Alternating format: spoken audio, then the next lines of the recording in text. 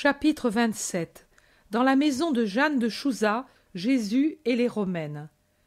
Jésus, grâce à un batelier qui l'a accueilli dans sa petite embarcation, débarque sur le quai du jardin de Chuza. Déjà, un jardinier l'a aperçu et accourt pour lui ouvrir le portail qui ferme aux étrangers l'entrée de la propriété du côté du lac, un grand et solide portail, mais qui est dissimulé par une haie très haute et touffue de lauriers et de buis du côté extérieur vers le lac, et de rosiers de toutes couleurs du côté intérieur vers la maison. Les splendides rosiers fleurissent les feuillages couleur bronze des lauriers et des buis, s'insinuent entre les ramilles, passent de l'autre côté ou bien par-dessus la verte barrière et font retomber leurs chevelures fleuries au-delà. À un seul endroit, à la hauteur d'un sentier, le portail est découvert et s'ouvre pour laisser ceux qui viennent du lac ou s'y rendent. La paix à cette maison et à toi, Johanna. Où est ta maîtresse? Là-bas, avec ses amis. Je vais l'appeler. Elles t'attendent depuis 3 jours, par peur d'arriver en retard. Jésus sourit. Le serviteur s'en va en courant appeler Jeanne. En attendant, Jésus marche lentement vers l'endroit que lui a indiqué le serviteur. Il admire le magnifique jardin, on pourrait dire la splendide roseraie que Chuza a fait installer pour sa femme. Roses de toutes les couleurs, tailles et formes dans cette anse à l'abri du lac, rient déjà, précoces et splendides. Il y a encore d'autres plantes à fleurs, mais la floraison n'est pas arrivée et elles occupent une place minime en comparaison des rosiers. Jeanne accourt. Elle n'a même pas posé sa corbeille à moitié remplie de roses, ni les ciseaux qu'elle avait pour la cueillette, et elle court ainsi, les bras tendus, agile et gracieuse, dans son riche vêtement de laine fine d'un rose très clair. Les plis sont retenus par des broches et des épingles ornées de filigranes d'argent sur lesquelles brillent de pâles grenats. Sur les cheveux noirs et ondulés, un diadème en forme de mitre lui aussi en argent, avec des grenats, retient un voile de byssos très léger, rose lui aussi, et qui retombe par derrière, en laissant découvertes les petites oreilles qu'alourdissent des boucles semblables au diadème. Son visage est riant. À la base du cou, qui est très fin, un collier de même facture que le reste des ornements précieux. Elle laisse tomber sa corbeille aux pieds de Jésus et s'agenouille au milieu des roses éparses pour baiser son vêtement.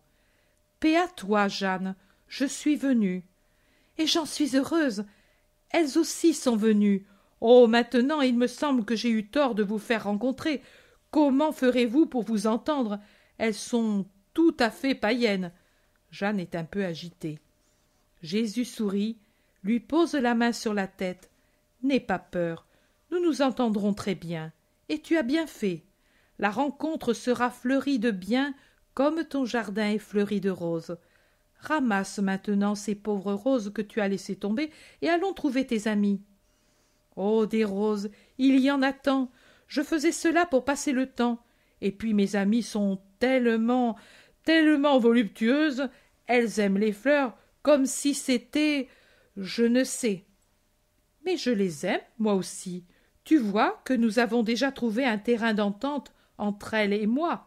Allons, ramassons ces roses splendides. » Et Jésus se baisse pour donner l'exemple.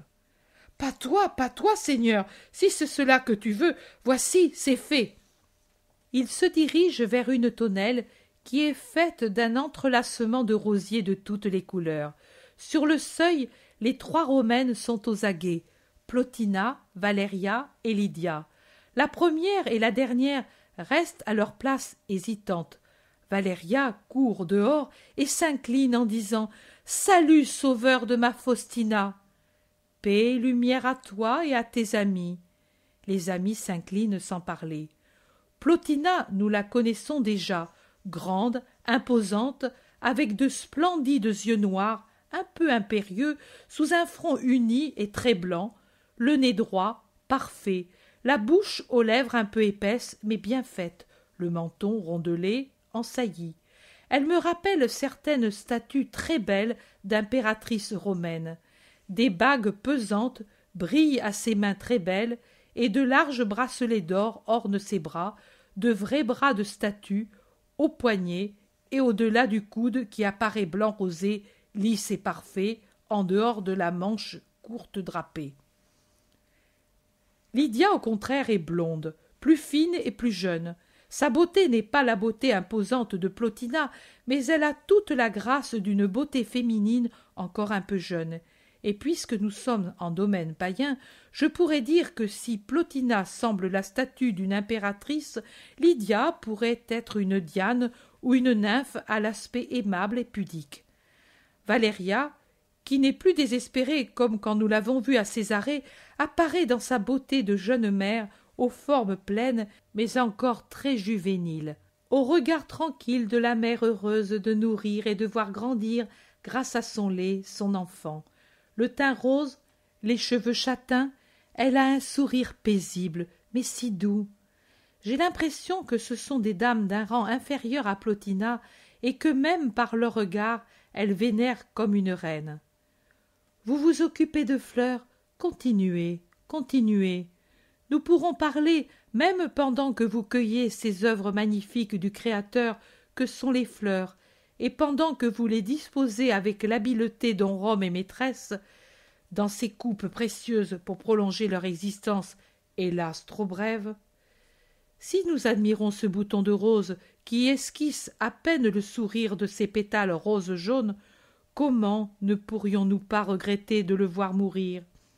Oh, comme les Hébreux seraient étonnés de me l'entendre dire, mais c'est parce qu'en cette créature qui s'épanouit, il y a une vie, et d'en voir la mort, cela nous peine.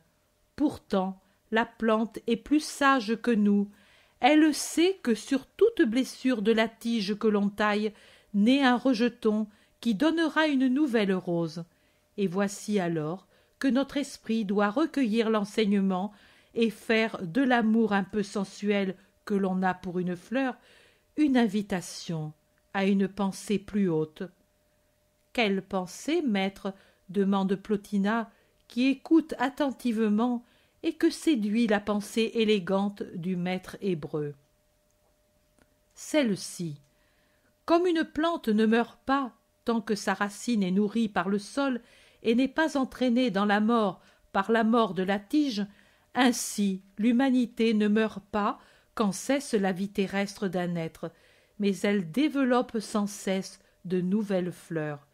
Voici une pensée encore plus élevée, capable de nous faire bénir le Créateur, alors que la fleur, quand elle est morte, ne revit pas, et cela est triste. L'homme, endormi de son dernier sommeil, n'est pas mort, mais il vit d'une vie plus éclatante en recevant, par ce qu'il y a de meilleur en lui, une vie éternelle et toute splendeur du Créateur qui l'a formé. Aussi, Valéria, si ta petite était morte, tu n'aurais pas perdu ses caresses. Sur ton âme serait toujours venu le baiser de ta créature séparée, mais pas oublieuse de ton amour. Vois-tu comme il est doux d'avoir foi en une vie éternelle? Où est maintenant ta petite? Dans ce berceau couvert. Je ne m'en étais jamais séparée auparavant, car l'amour pour mon mari et pour ma fille étaient les deux buts de ma vie. Mais maintenant que je sais ce que c'est que de la voir mourir, je ne la quitte pas un seul instant. Jésus se dirige vers un banc sur lequel est posé une sorte de petit berceau de bois recouvert d'une riche couverture. Il la découvre et regarde la petite qui dort et que l'air plus vif éveille doucement. Ses petits yeux s'ouvrent étonnés et un sourire d'ange ouvre sa bouche alors que ses menottes, tout à l'heure fermées, s'ouvrent, désireuses de saisir les cheveux ondoyants de Jésus, pendant qu'un babil de moineaux marque en sa pensée le déroulement d'un discours. Enfin, elle crie le grand mot, le mot universel. « Maman !» « Prends-la, prends-la, dit Jésus qui s'écarte pour permettre à Valéria de se pencher sur le berceau. « Mais elle va t'ennuyer. Je vais appeler une esclave et je la ferai conduire dans le jardin. » « M'ennuyer? Oh, que non! Jamais les enfants ne m'ennuient. Ils sont toujours mes amis. »« Tu as des enfants ou des neveux, maître ?» demande Plotina, qui observe avec quel sourire Jésus essaie de faire rire la petite. Je n'ai ni enfant, ni neveu, mais j'aime les enfants comme j'aime les fleurs, parce qu'ils sont purs et sans malice.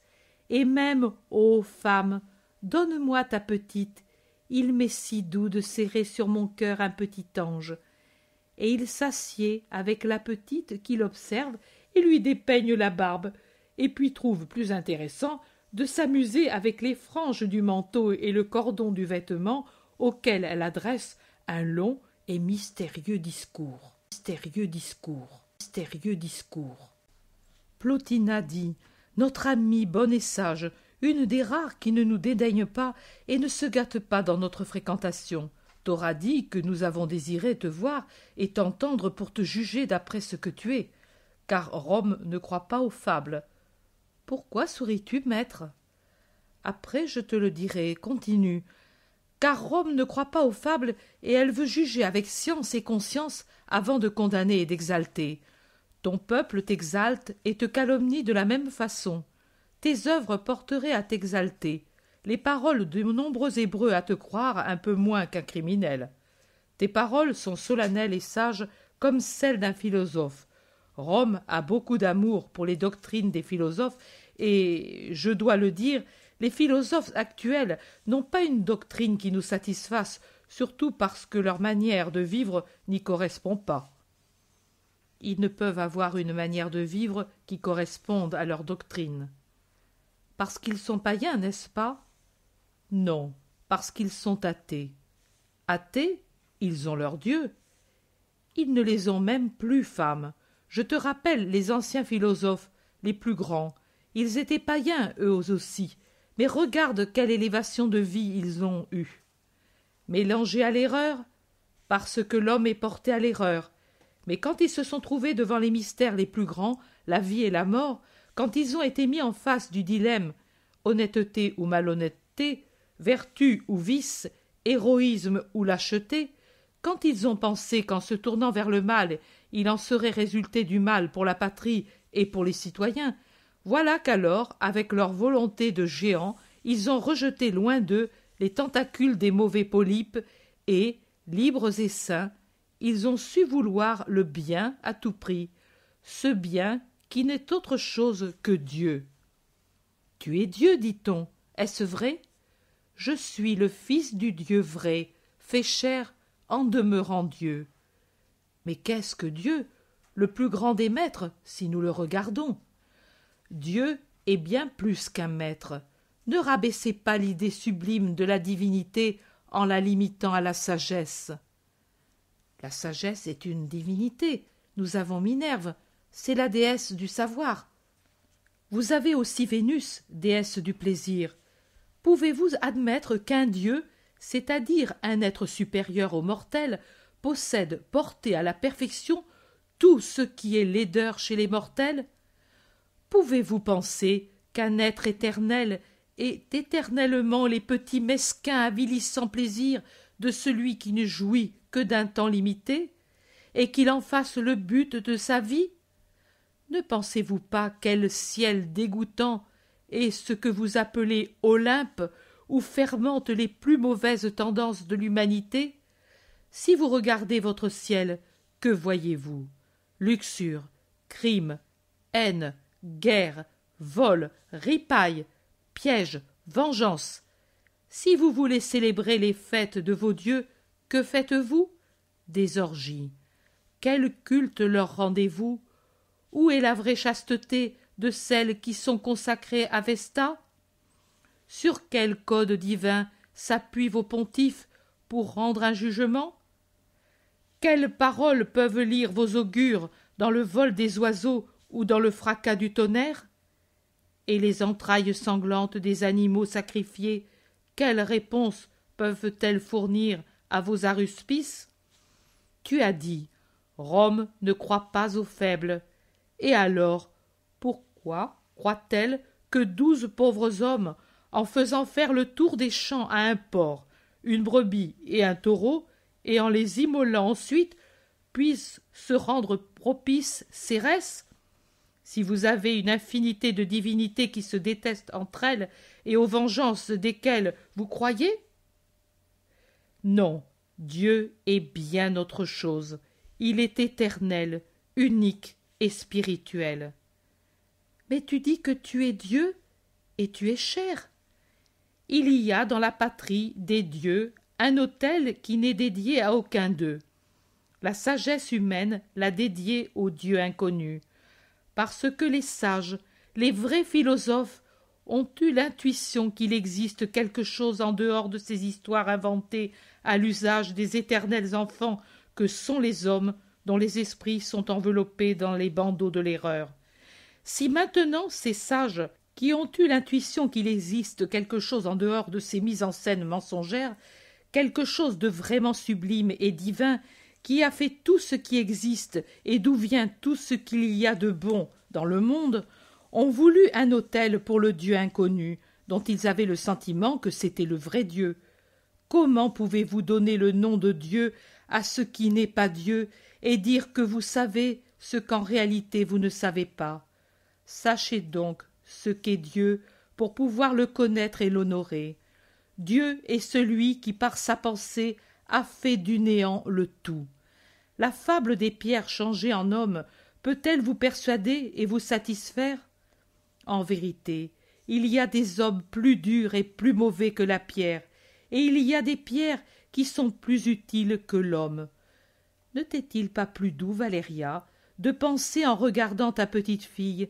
C'est une vivante volonté de Dieu, créée et formée par lui, dotée par lui d'une seconde vie qui ne meurt pas, de sorte que je l'aurai encore, ma petite Fausta, et pour l'éternité, si je crois au Dieu vrai, au lieu de dire « cette chair rose, ses cheveux plus fins que les fils de l'araignée, ses pupilles sereines viennent d'une pierre », ou encore de dire « je suis en tout semblable à la louve ou à la jument, et comme une brute je m'accouple, comme une brute j'engendre, comme une brute je l'élève, et cette fille est le fruit de mon instinct de brute, et elle est une brute qui me ressemble, et demain, quand elle sera morte, quand je serai morte, nous serons deux charognes qui se dissoudront dans la puanteur et qui jamais plus ne se reverront.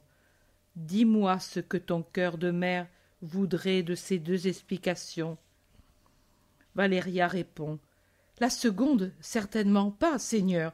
Si j'avais su que Fausta n'était pas une chose qui pouvait pour toujours se décomposer, ma douleur en son agonie aurait été moins terrible, car je me serais dit « J'ai perdu une perle, mais elle existe encore, et je la retrouverai. » Tu l'as dit.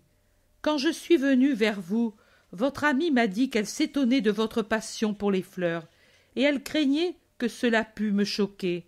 Mais je l'ai rassurée en disant « Moi aussi je les aime, et nous nous entendrons donc vraiment bien. Mais je veux vous amener à aimer les fleurs comme j'amène Valéria à aimer son enfant, dont, j'en suis certain, elle aura un plus grand soin maintenant qu'elle sait qu'elle a une âme qui est une parcelle de Dieu enfermée dans une chair engendrée par elle, la maman. Une parcelle qui ne meurt pas et que la maman retrouvera au ciel, si elle croit au Dieu vrai. Il en est ainsi de vous. Regardez cette rose splendide. La pourpre qui orne le vêtement impérial est moins splendide que ce pétale qui non seulement est la joie des yeux pour sa couleur, mais joie du toucher pour sa délicatesse et de l'odorat pour son parfum. Et regardez celle-ci encore, et celle-là, et cette autre. La première, c'est du sang qui a coulé d'un cœur. La seconde, c'est de la neige qui vient de tomber. La troisième, c'est de l'or clair. La dernière semble cette douce figure d'enfant qui sourit sur mes genoux. Et encore, la première est raide sur une grosse tige, presque sans épines, avec un feuillage rougeâtre, comme si on l'avait aspergé de sang. La seconde a quelques épines avec des feuilles mates et pâles le long de la tige. La troisième est flexible comme un jonc, avec des feuilles petites et brillantes comme une cire verte. La dernière semble barrer la route à toute tentative de saisir sa corolle rose, tant elle est parsemée d'épines. Elle semble une lime aux pointes très fines. Maintenant, réfléchissez. Qui a fait tout cela? Comment? Quand? Où? Qu'était cet endroit dans la nuit des temps? Dans la nuit des temps? Dans la nuit des temps? Jésus poursuit. Ce n'était rien, rien que des éléments qui s'agitaient sans forme. Un seul, Dieu, a dit « Je veux », et les éléments se séparèrent en se groupant par famille.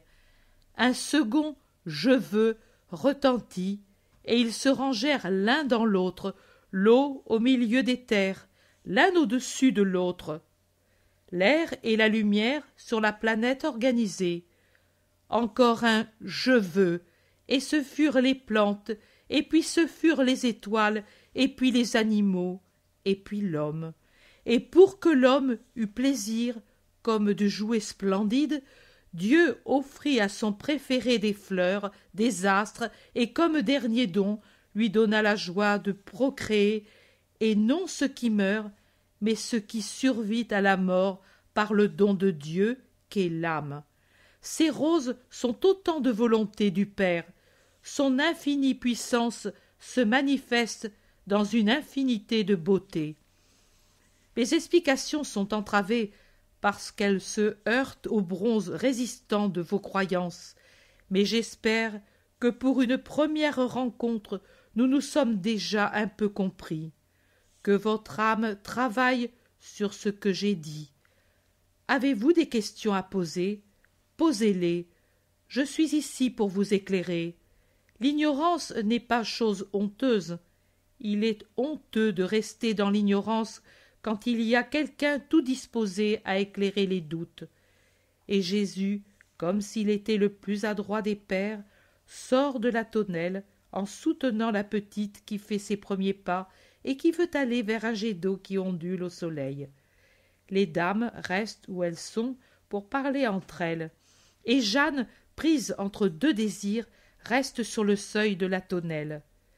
Enfin Lydia se décide, et après elle les autres, et va vers Jésus qui rit parce que la petite veut saisir le spectre solaire que produit le jet d'eau et ne prend que la lumière, et elle insiste, piaillant comme un poussin avec ses lèvres roses.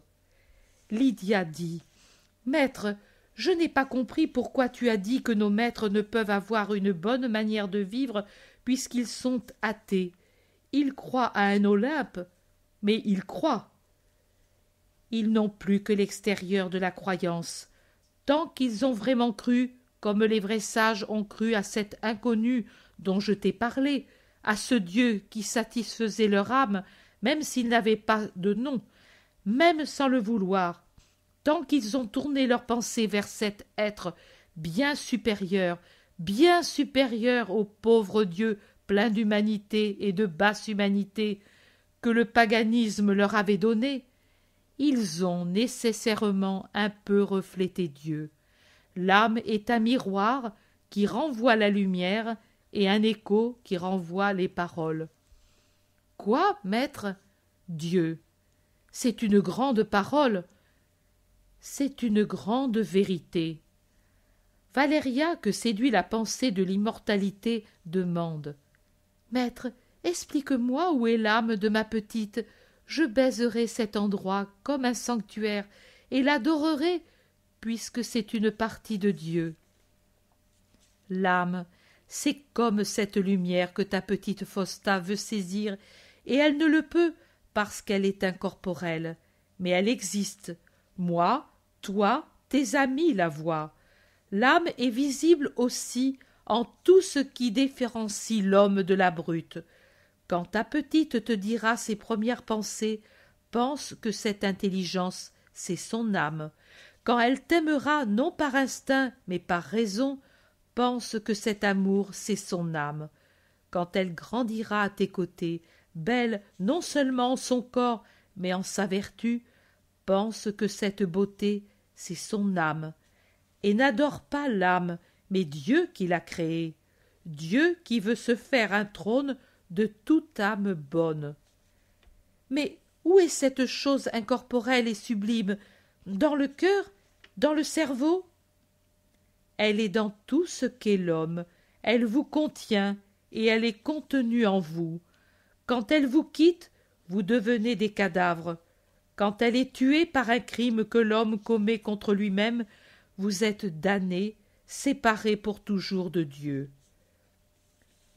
Plotina demande: Tu admets donc que le philosophe qui nous a déclarés immortels avait raison, bien que païen? Je ne l'admets pas, je fais davantage, je dis que c'est un article de foi. L'immortalité de l'âme, c'est-à-dire l'immortalité de la partie supérieure de l'homme, est le mystère le plus certain et le plus consolant de la croyance. C'est ce qui nous donne l'assurance de notre origine, de notre but, de ce que nous sommes, et nous enlève l'amertume de toute séparation. Plotina réfléchit profondément. Jésus l'observe et se tait. Enfin elle demande: Et toi, tu as une âme? Jésus répond: Certainement. Mais es-tu Dieu ou non? Je suis Dieu, je te l'ai dit, mais maintenant j'ai pris une nature d'homme. Et sais-tu pour quel motif?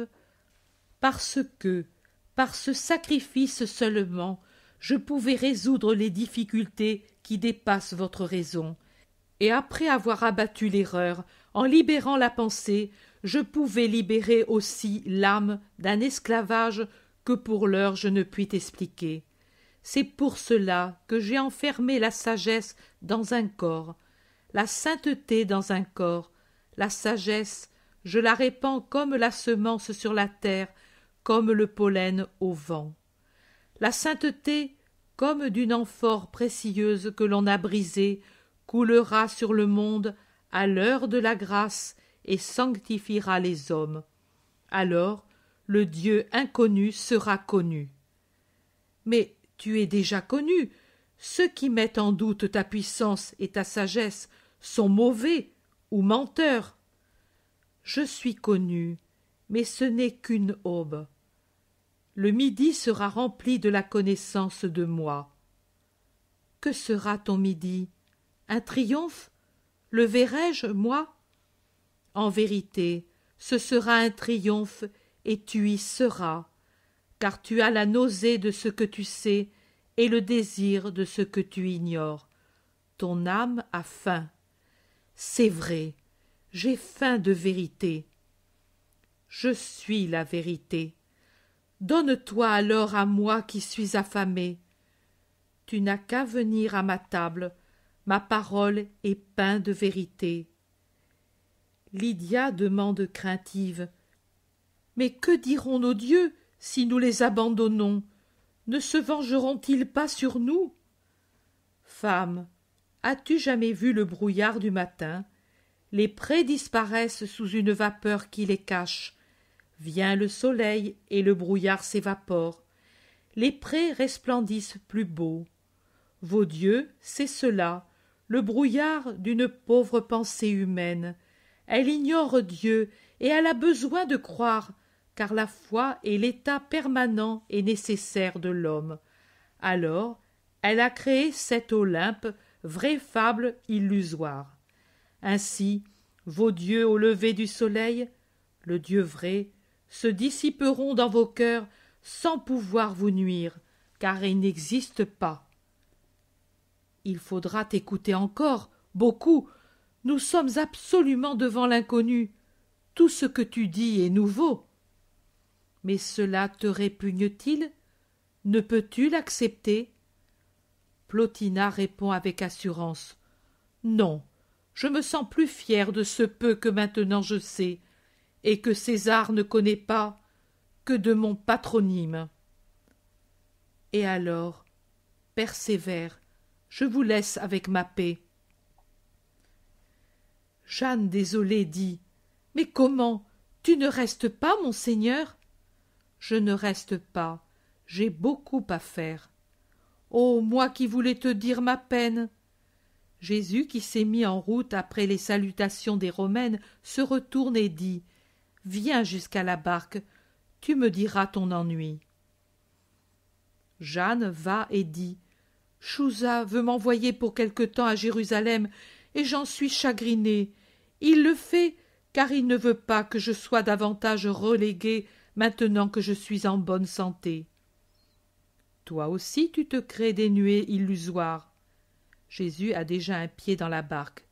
Si tu pensais qu'ainsi tu pourras me donner l'hospitalité et me suivre plus facilement, tu serais contente et tu dirais « La bonté y a pensé. » Oh, c'est vrai, mon Seigneur, je n'avais pas réfléchi.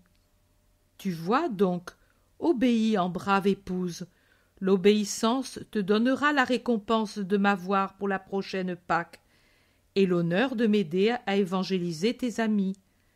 La paix soit toujours avec toi. La barque se détache et tout prend fin, et tout prend fin, et tout prend fin.